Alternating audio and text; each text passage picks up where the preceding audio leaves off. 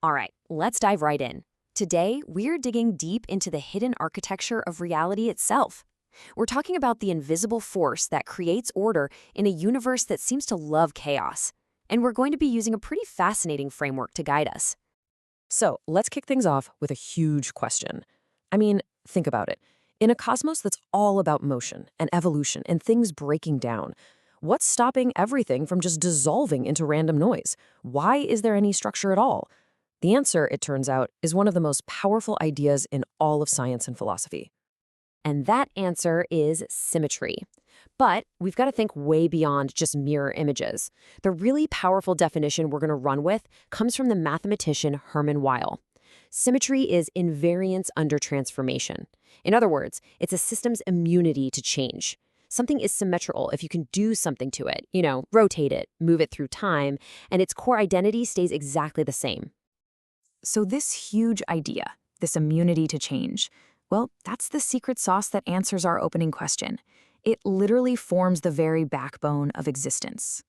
The source material we're exploring calls this the pillar of symmetry, and I absolutely love that metaphor. It's the ontological spine, that rigid internal structure that holds the universe upright while everything else is constantly swirling and changing. It's the bedrock of being in a river of becoming. Okay, so now that we have this idea of a cosmic spine, let's zoom out and see how this thing designs our entire universe on the largest possible scales. And it turns out, symmetry organizes reality in two really distinct ways. On one hand, it provides the hidden rules for things that seem completely random, and on the other, it creates the unbreakable laws that make the distant future predictable. And this breaks it down beautifully. So on the left, you've got the web. Think of this as the hidden grammar of chaos. Like, take the weather. You can't predict its exact state tomorrow, but you know it's going to behave within a certain shape, right? That's a strange attractor. The web then predicts the shape of chaotic behavior. Then on the right, we have the arc. These are the predictable, long-term paths governed by those unbreakable laws of physics. The power of the arc is just, wow. It's perfectly captured right here, grounded in Emmy Noether's incredible theorem. What she proved is that because the laws of physics are symmetrical through time, they don't just randomly change from yesterday to today, then energy must be conserved. And that single conservation law creates a predictable arc, which is what lets us project into the future. It's amazing. So we've seen the grand cosmic design. Now let's zoom way in. Let's get granular and look at the actual components symmetry uses to build our world. What are the nuts and bolts of all this order? Okay, the first building block is called the systemic part. The best way to think of it is like the crystal lattice of reality. It's the rigid, load-bearing scaffolding. It's like a steel beam in a skyscraper. Its job isn't to be pretty or unique. Its job is to be strong, identical, and provide universal support. And these examples really make the idea click, right? The systemic part can be physical, like bricks in a wall, or the roads that direct traffic. But it can also be totally abstract, like the fundamental laws of physics, or even a nation's constitution. These are the unchanging rules that provide a stable stage for everything else to happen on. Now, the second building block is the patterned part. So if the systemic part is a rigid crystal, this is the delicate snowflake. It creates order not through raw strength, but through the repetition of beautiful aesthetic motifs. It's where you find a little echo of the whole system contained inside a single part. The examples here are all about that rhythm and repetition. You see it in a heartbeat, the petals of a flower, the self-similar fractal shape of a coastline, or even a simple loop in a computer program. These patterns create a totally different kind of order, one that's based on harmony and recursion. Okay, so we've got our structures and we've got our patterns. But here's a really crucial point. Maintaining all this order isn't a passive state.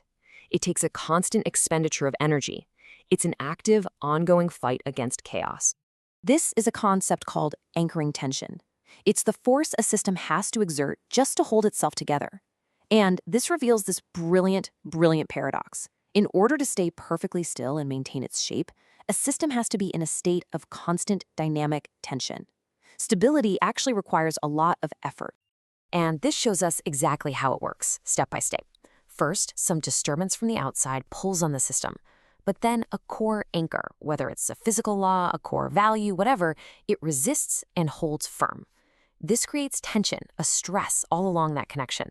The system actually absorbs the energy from the chaos, and if that anchor holds, it uses that energy to snap right back to where it started, proving just how resilient it is. So we've built this amazing picture of a universe held together by this elegant, resilient spine of symmetry. But we've come to the final, and honestly, the most profound, mind-bending twist in this whole story. Just think about this quote for a second. Total symmetry is death. I mean, what? After everything we just said about order and stability, how on earth could that possibly be true? What does that even mean? This right here is the ultimate paradox. A universe in a state of perfect, total symmetry would be, well, a uniform, featureless void. A cosmic sludge with no stars, no planets, no distinction whatsoever. The result is stagnation, equilibrium, death. All the complexity, all the variety, all the life we see around us exists only because that perfect symmetry was, at some point, broken. And that's the whole ball game. That's the key takeaway. The real engine of creation isn't perfect order. It's the imperfection, the asymmetry, the beautiful cracks in the crystal. Life doesn't exist in the perfection of symmetry, but in that dynamic, creative margin where symmetry is broken. So how can we actually use all this? Well, this whole framework gives us a super powerful new lens to analyze pretty much anything, from a business to a relationship to your own habits. First, find the invariants. What are the unbreakable rules that never change? Second, map the motifs. What patterns keep repeating themselves over and over? And finally, test the anchors. Where is the stress building up in the system? And is that foundation strong enough to hold? It's a truly profound way to diagnose the hidden order in the world all around you. So, what system will you analyze first?